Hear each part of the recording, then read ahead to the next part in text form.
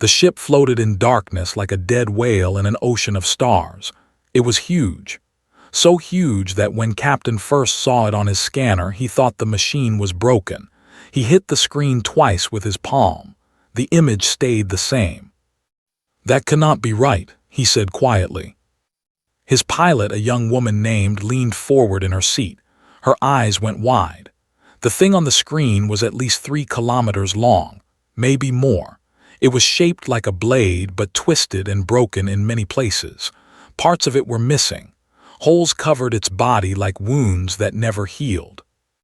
"What is that?" asked. Did not answer. He could not answer.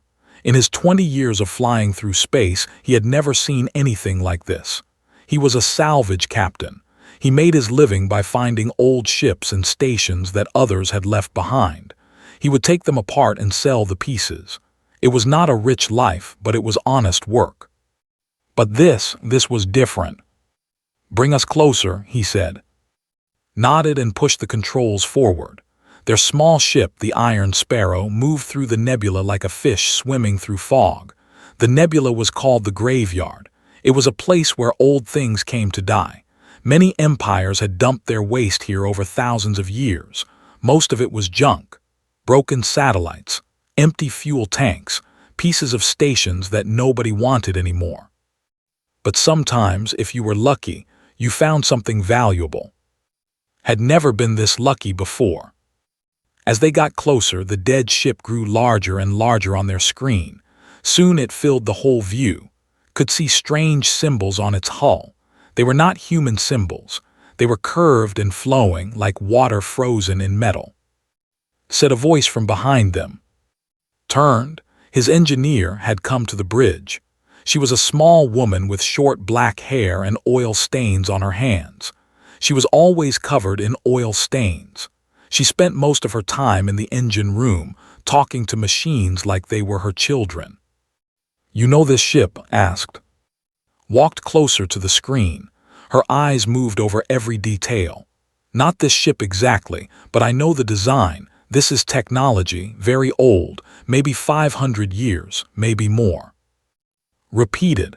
She said the word like it tasted bad in her mouth. "They are the ones who said humans should not be allowed in space." "Yes," said, "they think we are too young, too dangerous, too dirty." Smiled, but there was no humor in it. The Empire was one of the oldest powers in the galaxy. They had been traveling between stars when humans were still living in caves. They looked down on humanity like adults looking down on children. They had tried many times to limit human expansion.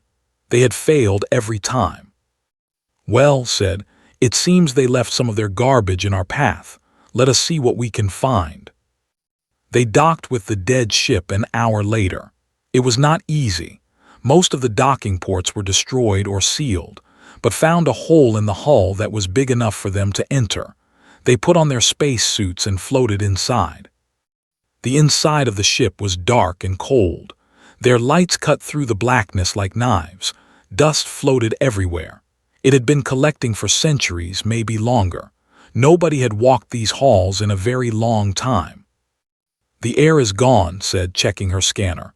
"No power, no heat. This ship has been dead for a long time."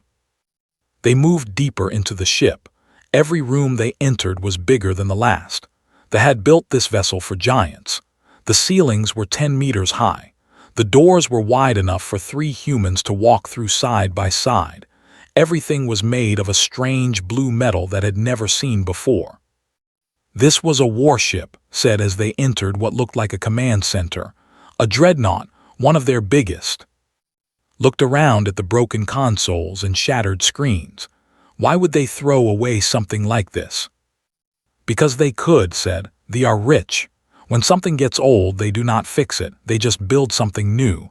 To them, this ship is like an old shoe, worn out, useless." He touched one of the consoles. Under his fingers, he could feel the quality of the work. Even broken and dead, this ship was more advanced than anything humans had ever built. They had technology that humanity could only dream of, and they had thrown it away like trash.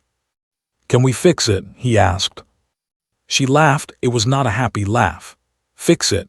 "Captain, this ship is dead. Its engines are destroyed, its weapons are gone, its computer is nothing but broken glass. Fixing this would take years, decades, and more money than we will ever have. But can it be done?" Stopped laughing, she looked at him with serious eyes. "You are not joking." "I never joke about ships." She was quiet for a long moment. Then she walked to one of the walls and pulled open a panel. Inside, there were wires and circuits, all dark and lifeless, but she studied them like a doctor studying a patient. "The basic structure is still good," she said slowly. "The hull is strong, stronger than anything we can make. The frame is solid. If we replace the engines, rebuilt the systems from scratch, added our own weapons." "Could we make it fly?" asked. "We could make it more than fly," said. Her voice had changed. There was excitement in it now. "Captain, they built this ship to last forever. They just did not want to maintain it, but if we put human technology inside this shell, we would have something new, something that has never existed before." Looked around the dark command center. In his mind, he could see lights turning on. He could see screens coming to life. He could see this dead giant waking up and stretching its arms. "Then we will do it," he said. "We will bring this ship back to life." Shook her head. "The company will never pay for this. They sent us to find scrap metal, not rebuild ancient warships." "Then we will not tell the company," said. "This ship is ours now. We found it, we will keep it." He placed his hand on the cold blue metal of the wall. Somewhere deep inside the ship, he thought he felt something, a pulse, a heartbeat. It was probably just his imagination, but in that moment he made a promise. They had left this ship to rust and die alone in the darkness. They had thrown it away because they thought it was worthless, but saw what they could not see. He saw possibility, he saw potential, he saw the future. The deadliest ship in the galaxy was about to be born, and humanity would be its creator. 3 years passed like a fever dream. 3 years of sweat, blood, and endless work. 3 years of sleepless nights and impossible problems. 3 years of people saying it could not be done. Proved them all wrong. She stood on a floating platform inside the main engine room, looking at what she had created. Around her, the new engines hummed with power. They were not engines. Those had been destroyed beyond repair. These were human engines built from scratch, designed by herself. They were smaller than the original ones, but they were stronger, much stronger. "Power levels are stable," said her assistant. He was a young man, barely 20 years old, but he had hands that could fix anything. Had found him on a mining station, wasting his talents on broken drills. Now he helped her build miracles. "Run the test again," said. "I want to be sure." Nodded and pressed several buttons on his tablet. The engines roared louder for a moment, then settled back to their steady hum. The numbers on the screen were all green. Everything was working perfectly. Allowed herself a small smile. It had taken her 2 years just to understand how they had built this ship. Their technology was different from human technology. It was based on principles that human scientists were still trying to figure out, but had spent hundreds of hours studying every wire, every circuit, every piece of alien metal. And then she had done something no one would ever think to do. She had mixed their technology with human technology. She had taken the best parts of both and combined them into something new. They would have said it was impossible.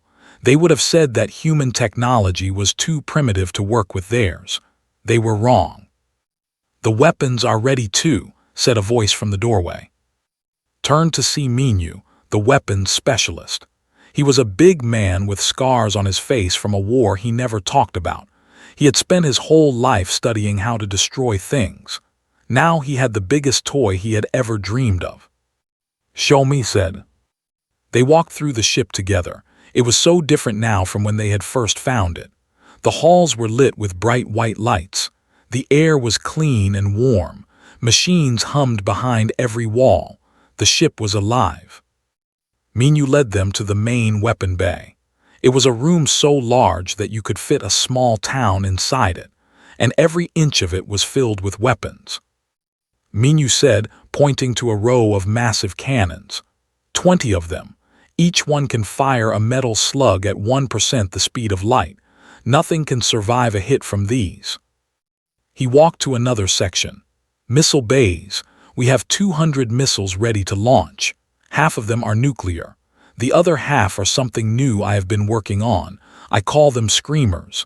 They make a very loud noise before they hit their target. It is psychological warfare. Raised an eyebrow. Psychological warfare against other ships. Minyu grinned. The screamers broadcast on all frequencies. Every ship within 1,000,000 kilometers will hear them coming. Imagine hearing that sound and knowing you cannot escape. It breaks the mind before it breaks the body. Shook her head, but she was smiling. Minyu was a little crazy, but he was also a genius. His weapons would make this ship terrifying. What about defense? She asked. Shields are up and running, Minyu said. I used the shield generators as a base, but I modified them with human software. They are now 3 times more efficient, and I added something special. He pressed a button on the wall. A hologram appeared, showing the ship surrounded by a blue glow. The shields can now change frequency in real time, Minyu explained. Most weapons are designed to break through one type of shield, but our shields never stay the same. They shift and change every millisecond. By the time an enemy figures out how to break through, the shield has already changed. It is like trying to hit a ghost. Studied the hologram. The shield flickered and danced around the ship like a living thing. It was beautiful and deadly at the same time. Captain will be pleased, she said. They found on the bridge. He was sitting in the captain's chair, looking at the main screen. The chair had been rebuilt to fit a human body. The had been taller than humans with different proportions. Every chair on the ship had been modified. How does it look? Asked as they entered. We are ready, said. Engines, weapons, shields, everything is online. Nodded slowly. He looked tired. The past 3 years had been hard on all of them, but especially on him. He had spent every credit he had on this project. He had called in every favor. He had lied, cheated, and stolen to get the parts they needed. More than once he had thought about giving up, but every time he looked at this ship, he found the strength to continue. There was something about it, something that called to him, like it was meant to be his. We need a new name, said. She was standing at the pilot's console, running final checks. We cannot keep calling it the ship forever. They called it something, said. I found records in the old computer, they called it. I cannot pronounce it exactly. The closest translation would be forgotten dream or abandoned memory, something like that. Frowned, that is a sad name. This ship is not forgotten anymore. It is not abandoned, it has been reborn. He stood up from his chair and walked to the front of the bridge. Through the main window, he could see the nebula stretching out in all directions. They had hidden here for 3 years, working in secret. No one knew what they had built. No one knew what was coming. We will call it the Awaken, said, because that is what it is. It was sleeping and we woke it up. It was dead and we brought it back to life. Minyu smiled. I like it, the Awakened, it sounds dangerous. It is dangerous, said quietly. More dangerous than anything that has ever flown through space. I built it. I know what it can do, and honestly, Captain, it scares me a little. Turned to look at her. Good, it should scare you, it should scare everyone. That is the point. He walked back to his chair and sat down. His crew gathered around him. The engineer who had made the impossible possible. Minyu, the weapons master who had turned this ship into a killing machine. The pilot who could fly through a storm of asteroids blindfolded. The young genius who had helped with everything. And there were others too. Over the past 3 years, word had spread quietly through the human community, was building something special, something that would change everything. People had come to help. Engineers, soldiers, scientists, dreamers. They had all given everything they had to this project. Now it was time to see if it was worth it. Take us out of the nebula, ordered. Slowly, I want to feel how she moves." His fingers danced over the controls. The Awakened shuddered slightly, then began to move. It was smooth. Smoother than any ship had ever been on. 3 kilometers of metal and fire gliding through space like a dancer. "Beautiful," whispered. They emerged from the nebula into open space. The stars spread out before them, endless and bright. Looked at them and felt something he had not felt in a long time. Hope. They had thrown this ship away because they thought it was worthless. They had left it to rot in the darkness, forgotten and alone. But humans had found it. Humans had fixed it. Humans had made it better than it had ever been before. The Awakened was ready, and soon the whole galaxy would know its name. The distress call came at midnight ship time, was the first to hear it. She had been sleeping at her console, something told her not to do, but she did anyway. The sound woke her up instantly. "Captain," she shouted, "we have a signal." Was on the bridge in less than a minute. He had not been sleeping. He rarely slept anymore. There was too much to think about, too much to plan. "What is it?" he asked. Played the message on the main speakers. A woman's voice filled the bridge. She was crying and screaming at the same time. Behind her voice there were explosions, alarms, children crying. "This is New Haven Colony. We are under attack. Raiders, they came out of nowhere. Our defenses are gone. They are killing everyone. Please, if anyone can hear this, please help us, please." The message cut off with a burst of static. Stood very still. New Haven was a small human colony on the edge of known space. It had about 50,000 people, farmers mostly, families looking for a quiet life away from the crowded core worlds. They had no real weapons, no military ships. They were completely defenseless. "How far?" he asked. 4 hours at maximum speed," said. Her voice was shaking. "Make it 2. Looked at him with wide eyes. "Captain, the engines cannot." "We'll make them work," said. "Contact her, tell her what is happening, then push this ship as hard as it can go." He turned to Minu. "I want all weapons ready, every missile, everything we have. When we arrive, there will be no warning, no negotiation. We destroy them all." Minu nodded and ran to his station. His face was grim, but there was a fire in his eyes. He had been waiting for this. They all had. The Awakened screamed through space like a bullet fired from a god's gun, pushed the engines beyond what she thought was possible. Warning lights flashed everywhere. Systems overheated. Coolant pipes burst, but she kept pushing, and the ship kept flying. 2 hours later, they arrived at New Haven. What they saw made his blood turn cold. The colony was burning.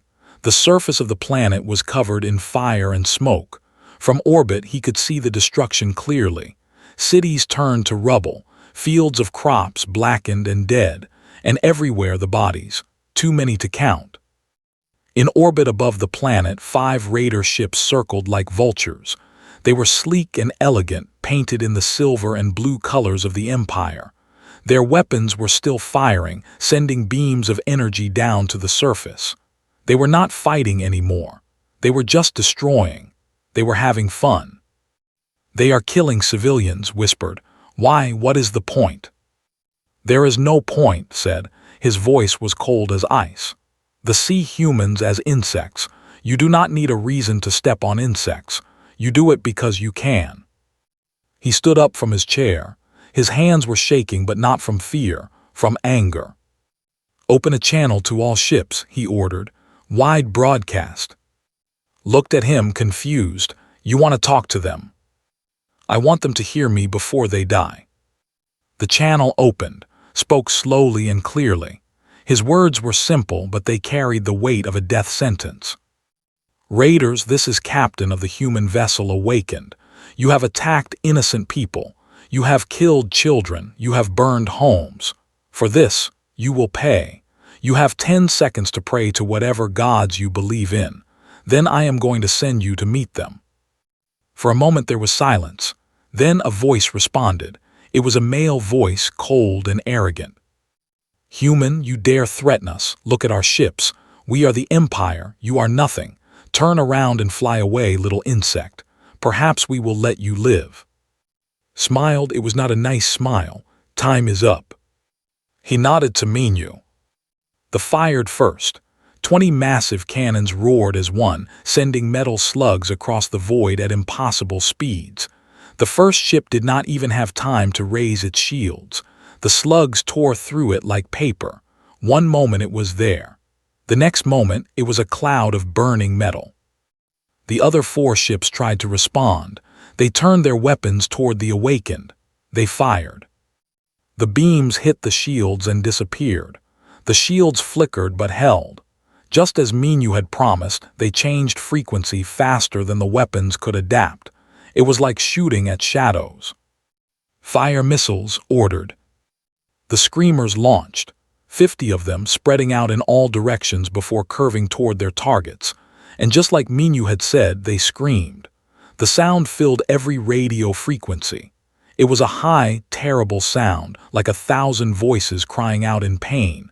The ships tried to shoot them down, but there were too many. The explosions were beautiful. 2 more ships died in fire. Their pieces scattered across the orbit of New Haven, mixing with the debris of the colony they had destroyed. The last 2 ships tried to run. They turned and accelerated, pushing their engines to maximum, but they were slow. They were so slow. The Awakened was faster. Chased them down like a wolf chasing rabbits. The fired again and again. Each shot hit. Each hit killed. In less than 10 minutes it was over. 5 raider ships destroyed. Their crews dead. Their mission failed. Stood on the bridge looking at the burning remains of the enemy fleet. He felt no joy, no satisfaction, only a cold, hard purpose. "Send a message to all human colonies in this sector," he said. "Tell them what happened here. Tell them that the Awakened came. Tell them that the died." Sent the message. Across dozens of star systems, humans received the news. Some of them cried with relief. Some of them cheered. Some of them simply stared at their screens, unable to believe what they were reading. For the first time in history, a single human ship had defeated a raider fleet. Not just defeated, destroyed, completely and utterly wiped out. "Captain's" voice came over the intercom. "We are receiving transmissions from all over the sector, news agencies, military channels, even some government officials. They all want to know about us. They want to know about the Awakened." "Let them talk," said. "Let the whole galaxy talk. It is time they learned something." He walked to the main window and looked down at New Haven. The fires were still burning. Too many people had died today. He had arrived too late to save them all, but he had arrived in time to avenge them, and he would make sure that nothing like this ever happened again. "The thought they could attack us without consequences," he said. "They thought we were weak, helpless. They were wrong." He turned to face his crew. They were all watching him, waiting for his words. "The Awakened is more than a ship," he said. "It is a message. It is a warning. It tells the galaxy that humanity will not be pushed around. We will not be killed without fighting back. We will not go quietly into the darkness." Minu nodded. "What do we do now, Captain?" Looked back at the stars. Somewhere out there the Empire was learning what had happened. Their raiders were dead. Their ship was destroyed. A human crew, flying a ship they had thrown away, had beaten them. "Now we wait," said. "They will come for us. They will send their fleets, their warriors, their weapons, and when they come..." He smiled again. This time there was fire in his eyes. "We will be ready." The High Council met in their great hall on the capital world of Velar Prime. The hall was ancient, built 10,000 years ago, when humans were still hunting animals with wooden spears. The walls were covered with the symbols of conquered worlds. There were hundreds of them. They had ruled the galaxy for longer than most species had existed. Now they were facing a problem they did not understand. "Show me again," commanded High Lord, the oldest member of the council. His skin was pale blue like all, but it had turned almost white with age. His eyes, however, were still sharp. A hologram appeared in the center of the hall. It showed the battle at New Haven, 5 raider ships, 1 human vessel, and then, in less than 10 minutes, the complete destruction of the fleet. "This is impossible," said Admiral. She was young for a council member, only 300 years old, but she commanded the largest fleet in the Empire. "No human ship has this capability. Our intelligence says their best warships are 100 times weaker than our raiders." "Yet the evidence is clear," said. "Our ships are destroyed, our warriors are dead, and this human vessel, this awakened, remains." "The ship itself is interesting," said another council member, Lord. He was a scientist responsible for the Empire's technology development. "I have studied the images carefully. The hull the design is ours, but the weapons, the engines, the systems inside, those are not ours." "Explain," demanded. Waved his hand and the hologram zoomed in on the awakened. "This ship is the Oblivion. We decommissioned it 500 years ago and disposed of it in the Graveyard Nebula. It was considered obsolete. Our newer ships were faster, stronger, better in every way. We left it to rot." "And the humans found it," said slowly. "They rebuilt it." "Not just rebuilt," corrected. "They transformed it. They took our hull, our shields, our basic structure, but they replaced everything else with their own technology.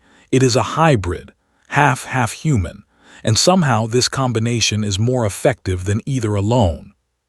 Silence fell over the council. This was difficult to accept. They had always believed their technology was the best in the galaxy. The idea that humans could improve upon it was offensive, impossible. But the evidence was floating in orbit around a burning human colony. The evidence was 5 destroyed ships and thousands of dead warriors. "We must respond," said. "The humans must learn that they cannot defy us. Send a fleet, destroy this ship, make an example of its crew." Nodded. "I will lead the fleet myself. 50 warships, that should be more than enough." She left the council hall that day with fire in her heart. The humans had embarrassed the Empire. They had taken something that belonged to thee and used it against them. This could not be allowed. 3 weeks later, her fleet found the awakened. The human ship was waiting for them in open space, far from any planet or station. It was alone, just one vessel against 50 of the finest warships in the Empire. Smiled when she saw it. "Foolish," she said. "They should have run, they should have hidden. Instead, they wait for death." She opened a communication channel. "Human vessel, this is Admiral of the Empire. You have committed crimes against our people. Surrender now and your deaths will be quick. Resist and you will suffer." The response came immediately. It was the same voice from New Haven, the human captain. "Admiral, I know who you are. I know you have 50 ships. I know you think you can win. You are wrong." Laughed. "Wrong. Look around you, human. You are alone. You have no allies, no reinforcements. What can one ship do against 50? "Watch," said the voice, "and learn." The battle began. The fleet attacked from all directions. 50 ships, each firing their most powerful weapons. Energy beams cut through space. Missiles flew by the hundreds. It was a display of force that should have destroyed any enemy in seconds. The awakened danced. That was the only word could think of. The massive human ship moved like it weighed nothing. It dodged between the energy beams. It rolled away from missiles. Its shields absorbed what it could not avoid, changing frequency so fast that no weapon could find a weakness. And then it fired back. The spoke first, watched in horror as her ships exploded one by one. The human weapons were so fast, so accurate. Her warriors tried to evade, but there was no escape. The metal slugs moved at speeds that seemed impossible. 10 ships died in the first minute. 20 ships died in the second minute. The screamers came next, heard them through every speaker on her command ship. That terrible sound, that screaming voice of death. Her crew covered their ears, but they could not block it out. It filled their minds. It broke their courage. "Retreat!" screamed. "All ships retreat!" But it was too late. The Awakened was everywhere at once. It appeared behind ships that tried to run. It blocked the paths of ships that tried to escape. Its weapons never stopped firing. Its shields never failed. In less than 20 minutes, Admiral was alone. 49 ships destroyed. Only her command vessel remained, damaged and drifting. A communication channel opened. The human captain's face appeared on her screen. He was an ordinary-looking man. Dark hair, dark eyes, simple features. Nothing special. Nothing that should have been able to defeat the might of the Empire. But he had. "Admiral," he said, "I am going to let you live. Do you know why?" Could not speak. She was in shock. Her fleet, her warriors, her pride, all gone. "I am letting you live so you can deliver a message," the human continued. "Go back to your council. Tell them what happened here. Tell them that the Awakened is just the beginning. Tell them that every time they attack humanity, we will hit back twice as hard." He leaned closer to the screen. His eyes were cold and hard as steel. "And tell them this. That ship you threw away, that obsolete technology you left to rot in the darkness, it is now the deadliest weapon in the galaxy. We took your garbage and made it into a nightmare. Imagine what we could do if we really tried." The channel closed, sat alone on her broken ship, surrounded by the wreckage of her fleet. She had led 50 warships into battle. She was returning with none. The news spread across the galaxy like wildfire. The Empire defeated. Their greatest admiral humiliated. One human ship against 50 warships. The humans had won. Other empires took notice. The Confederacy, the Iron Republic, the Void Syndicate, all of them had looked down on humanity. All of them had considered humans to be young and weak. Now they were afraid. Some of them sent their own fleets. They wanted to destroy the Awakened before it could threaten them. They wanted to prove that they were stronger than They wanted to kill the legend before it could grow. Every single one of them failed. The sent 30 ships, all destroyed. The Iron Republic sent 40, all destroyed. The Void Syndicate sent 100, attacking in waves over 3 days, all destroyed. The Awakened became more than a ship. It became a symbol, a promise, a warning written in fire and blood. Humanity was not weak. Humanity was not afraid. And anyone who threatened them would learn this lesson the hard way. Captain stood on his bridge, looking at the stars. His crew worked around him, repairing damage, reloading weapons, preparing for the next battle. There would always be a next battle. There would always be someone who thought they could win. They were always wrong. 5 years had passed since that first battle at New Haven. 5 years of war, of victory, of legend growing into myth. The Awakened had become the most famous ship in the galaxy, and the most feared. Captain stood at the window of his quarters looking out at the endless stars. He was older now. There was gray in his hair that had not been there before, lines on his face that told stories of battles and losses and hard decisions. But his eyes were still sharp. His will was still strong. A knock came at his door. "Enter," he said. Walked in. She looked older too, but she still wore the same oil-stained clothes. Some things never changed. "We received a transmission," she said, "from the High Council." Turned to face her. "What do they want?" "Peace." The word hung in the air between them. Had heard many things in his life. Battle cries and death screams, prayers and curses, but he had never expected to hear this. "Peace," he repeated. "The want peace." Nodded. "They are requesting a meeting. High Lord himself wants to speak with you. He says the war has gone on long enough. He says both sides have lost too much." Thought about this. The war had indeed been costly. Humanity had won every battle, but they had also suffered. Ships damaged, crew members lost, families torn apart. The Awakened was undefeated, but the same could not be said for the rest of the human fleet. And they had suffered more, much more. Their empire, once proud and mighty, was now weakened and scared.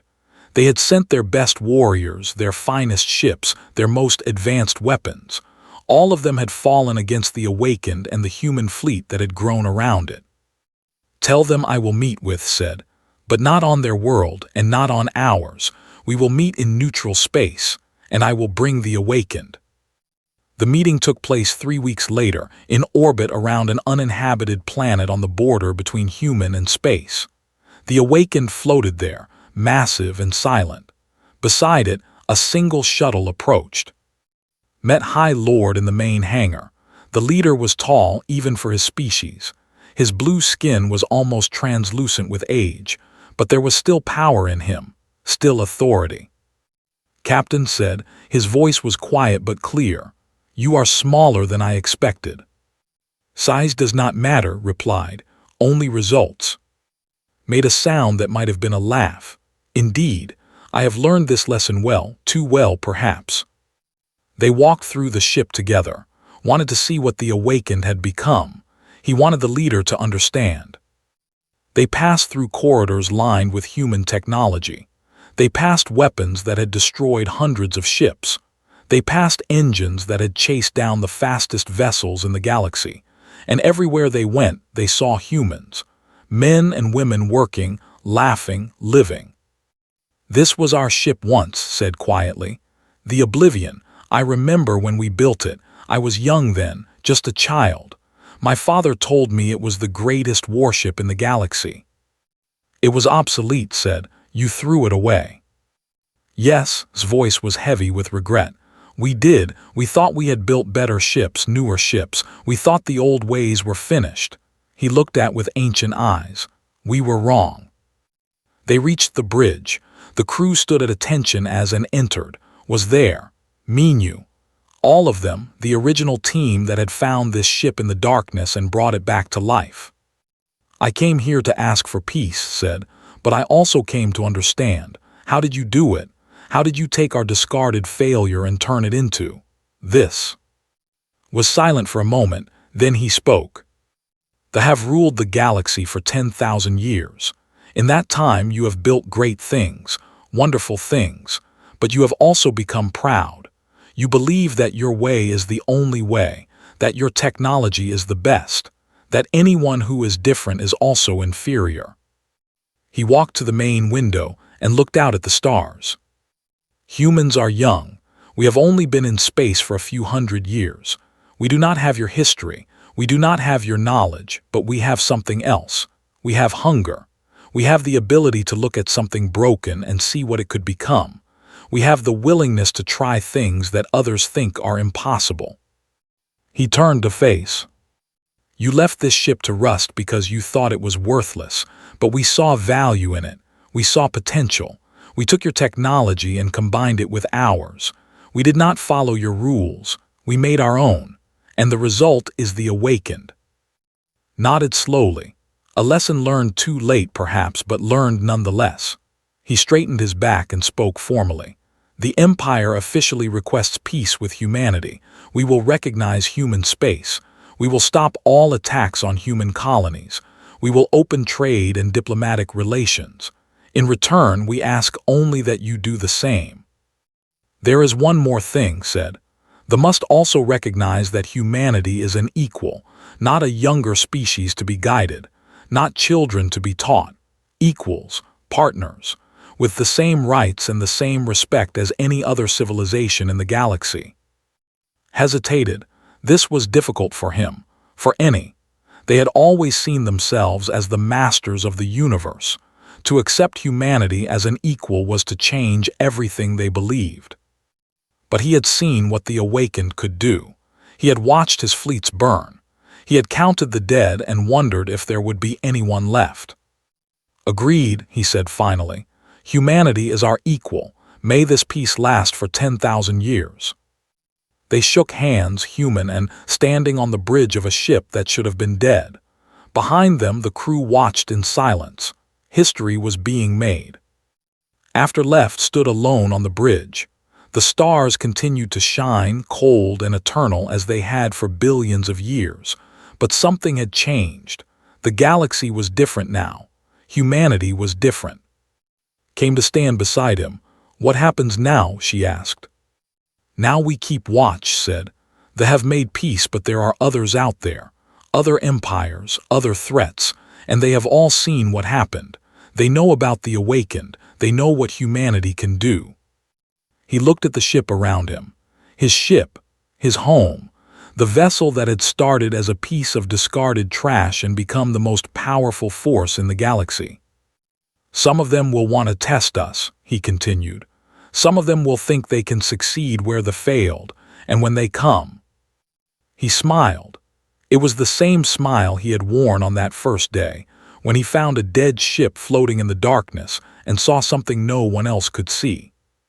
"We will be ready." The Awakened continued its patrol through the stars. It moved through space like a ghost, silent and deadly. Every system it visited, every planet it passed, the people there looked up and knew they were safe. The ship that they had left to rust, the ship that humanity had rebuilt, the ship that had changed everything. The deadliest weapon in the galaxy, the guardian of human space, the warning to all who would threaten them. The Awakened walked the stars, and it would walk them forever.